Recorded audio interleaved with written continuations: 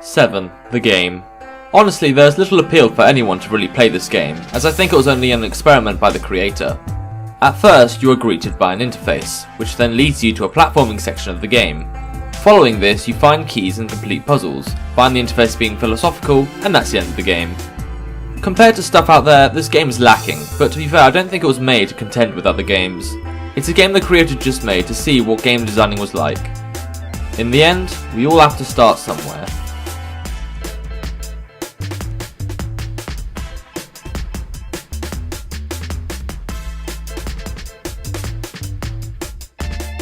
Kitty Casanova.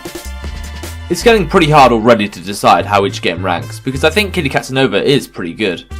All you really have to do is collect cats, give them treats and take them on dates. I mean yeah, their cute faces are ruined by the fact they're always frowning, but the game has had some effort put into it. What's more, Kitty Casanova has a lot for you to do, in order to collect and satisfy as many cats as possible. When I put it like that, it sounds kind of weird, but trust me, Kitty Casanova is a pretty decent game. It may get repetitive, sure, but who doesn't love a cute kitty?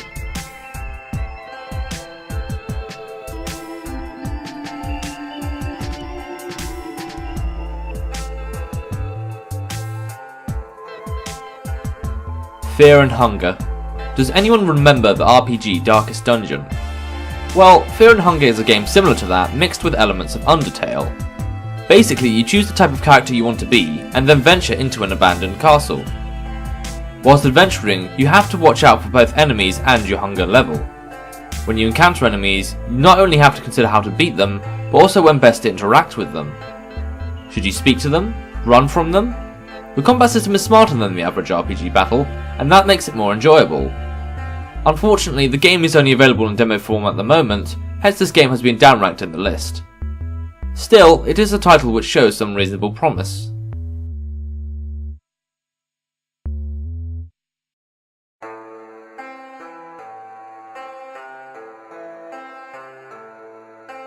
Mini Healer. Although Mini Healer is pretty much an idle game, I have to admit there is something very intriguing about how the gameplay is delivered. Basically, you have a group of 4 RPG stereotypes, and you must defeat enemies in a dungeon with them. To ensure this happens, you heal your RPG stereotypes during the battle, use upgrades from the main menu, and equipment you earned from previous battles. What I like about this game is how you can build up a number of skills to feel like you've gotten far in the game. The enemy stages also have a unique profile about each boss, so it doesn't feel like the game is simply recycling enemies.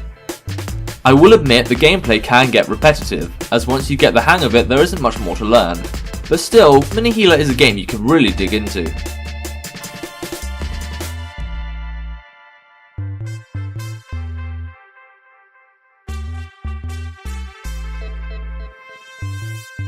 Swarm Queen.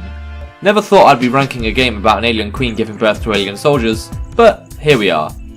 Swarm Queen is a strategy game which involves you defeating another Swarm Queen for domination of the planet.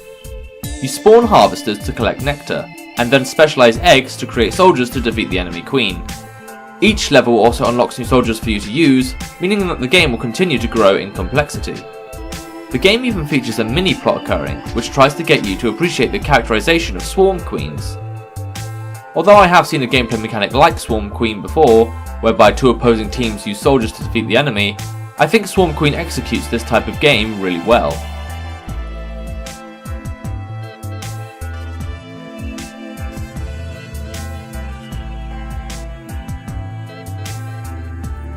Jack Smith. Voted Game of the Year by Armour Games and achieving a 95 out of 100 score, Jack Smith has to be the game of the week for me. Firstly, the plot fits so well. A donkey who is a blacksmith is poor and needs to earn money to pay expenses. He hears about a bounty which can earn him money and so sets off to claim the bounty using hired help and his own personal skills. As Jack Smith, you are responsible for creating the weapons.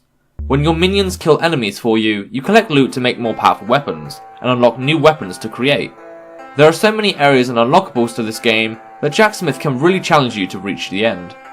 Hence, Game of the Week is Jack Smith.